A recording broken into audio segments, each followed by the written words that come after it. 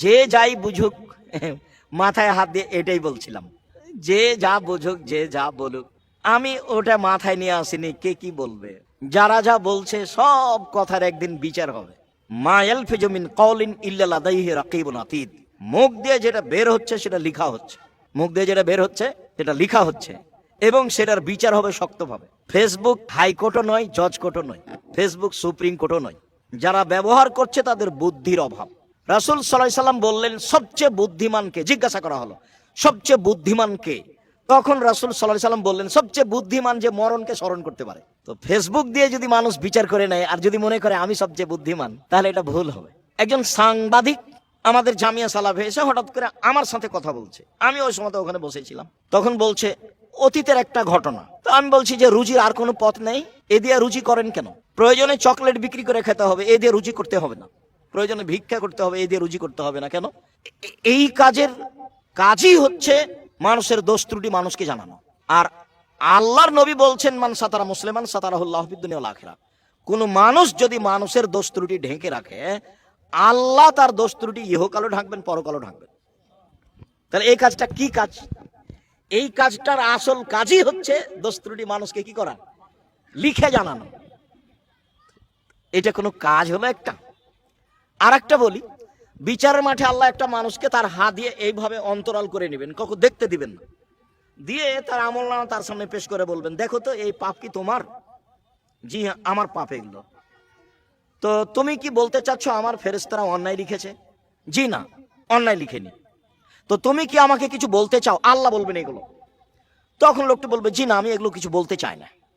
ও বুঝে নিয়েছে যে আমার জাহান্নাম। তো বলছে না আমি আপনাকে কিছু বলতে চাই না, আর ফেরেশতারা এটা অন্যায় লিখেছে সেটা আমি বলি না। তখন আল্লাহ বলবেন এই দেখো তুমি মানুষ হয়ে দুনিয়াতে মানুষের পাপ ঢেকে রেখেছিলে, আমি আল্লাহ বিচার মাঠে তোমার পাপ ঢেকে রাখতে পারি না, যাও তোমার বিচার হবে না, জান্নাত চলে যাও। পাপ ঢেকে রাখার ফলাফল উপদেশ বইয়ে দেখেন, প্রথম আলোচনাতে এই হাদিস আছে। প্রথম আলোচনায় যাওয়ার সময় তো সবাই গাড়ির পাশে যাবেন, দুটো একটা দু চার পাঁচটা 10টা করে বই নিয়ে যাবেন। উপদেশ বইয়ের প্রথম আলোচনাতে এই হাদিস আছে যে আল্লাহ অন্তরাল করে নেবেন। তো যেটা বলতে যাচ্ছিলাম সেটা হলো এই যে দানি এমন একটা ইবাদত যা দিয়ে জান্নাত কিনা যায়। সালাত আদায় করে জান্নাত পাওয়া যায়, কিনা যায় না। হজ করে জান্নাত পাওয়া যায়, জান্নাত কিনা যায় না। সিয়াম পালন করে জান্নাত পাওয়া যায়, জান্নাত কিনা যায় না। যাকাত দিয়ে জান্নাত পাওয়া যায়, জান্নাত কিনা যায় না। তাসবিহ তাহলিল জিকির আজকার করে কোরআন তেলাওয়াত করে জান্নাত পাওয়া যায়, জান্নাত কিনা যায় না।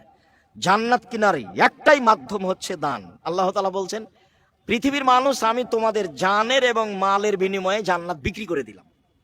জানের মানে জেহাদে, আর মালের মানে দান। তোমাদের জানের এবং মালের বিনিময়ে আমি কি করলাম? জান্নাত বিক্রি করে দিলাম। তো রমজান মাসকে মূল্যায়ন করো। তো প্রথম জরুরি কাজ নিয়মিত সিয়াম থাকতে হবে, সাহারি ইফতার সহকারে। নিয়মিত তারাবির সালাত আদায় করতে হবে। একাই পড়েন সবচেয়ে ভালো, নির্জনে পড়বেন 8 রাকাত সালাত লম্বা সময় ধরে। 4 রাকাত পড়বেন মনের মতো। এশার সালাত আদায় করে ঘুমিয়ে যাবেন, 11টা 12টা 1টায় উঠবেন। এই লম্বা সময় ধরে মন মতো করে সালাত আদায় করবেন। 4 রাকাত আগে পড়বেন। আব্দুল রাজ্জাক সাহেব আমি তো আর হাফেজ না বলে ইখলাস তো সূরা আল মুখস্থ আছে, তো কুল আল্লাহু আহাদ এটা তো আছে, এটা পড়তেই থাকবেন 20-50 পড়ার পরে রুকুতে যাবেন। রুকু, তারপরে সিজদা, তারপরে এ হলো 1 রাকাত, আর 1 রাকাত, তারপরে আর 2 রাকাত, তারপরে বিরতি। কিছু সময় ধরে কান্নাকাটি, তাসবিহ তাহলিল জিকির আজকার, হাত তুলে দোয়া। নির্জনে থাকবেন, কেউ থাকবে না, হাত তুলে দোয়া করবেন কান্নার ভাব নিয়ে। তাহলে দেখবেন যে আপনি আপনার কথা বলে নিতে পারছেন। আর আল্লাহ বলছেন যে, আল্লাহ রাসূল বলছেন যে চায় তার উপরে আল্লাহ সন্তুষ্ট হন, আর যে চায় না তার উপরে আল্লাহ অসন্তুষ্ট হন। আবার একটু বলি, যে চায় তার উপরে আল্লাহ কি হন? সন্তুষ্ট হন। আর যে চায় না তার উপরে অসন্তুষ্ট হন। মুখ খান বন্ধ করে চুপটি লেগে থাকবেন কেন? রমজান মাস, বেশি বেশি কিছু বলেন। আমার একটা পরামর্শ শোনেন, রাতের 3 ভাগের 2 ভাগ পার হওয়ার পর আল্লাহ নেমে আসেন আপনার সাথে কথা বলার জন্য। তিনি 3টা কথা বলেন, তার একটা বলেন কিছু চাও? কিছু চাও নাকি? বলো, দিব। কিছু চাও, চাও নাকি? চাও, দিব। 2, কিছু বলতে চাও আমাকে, বলো, আমি তোমার কথা শুনবো। কিছু বলতে চাও আমাকে, বলো, আমি তোমার কথা শুনবো। 3, ক্ষমা চাও, চাও, ক্ষমা করে দিব। ক্ষমা চাও, চাও, ক্ষমা করে দিব।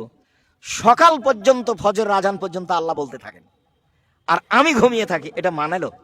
এটা হলো? আল্লাহ নেমে এসেছেন সপ্তম আকাশ থেকে আমার সাথে কথা বলার জন্য, আর আমি ঘুমিয়ে থাকি, এটা হলো না। এলাকার যত ভোর রাত্রে মাইকিং, চিল্লা চিল্লি, গান বাজনা, আর 3 মিনিট আছে, 5 মিনিট আছে, সব বন্ধ করতে হবে যে কোনো মূল্যে। এগুলো সব শয়তানি, হারাম, নাজায়েজ। এগুলো তো শেষ রাতে আল্লাহকে ডাকার সময়। আর মাইকের চিল্লা চিল্লিতে আমি ডাকতে পারি না, বলতে পারি না।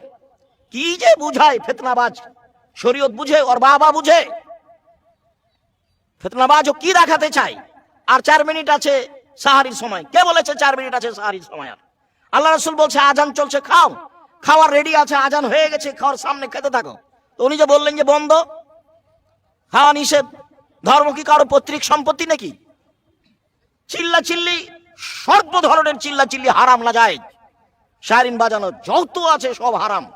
একটাই পথ, আজান। হবে না, হয় হবে না। 20-30 বছর আগে আমাদের মা চাচিরা সিয়াম থাকতো না? ভোর রাতে উঠে তারা দেখে হিসাব করতো এখন রাতের কতখানি আছে।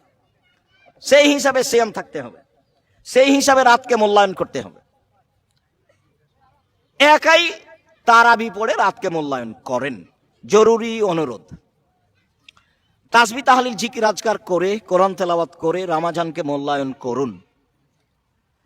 দান করে রমজানকে মূল্যায়ন করুন।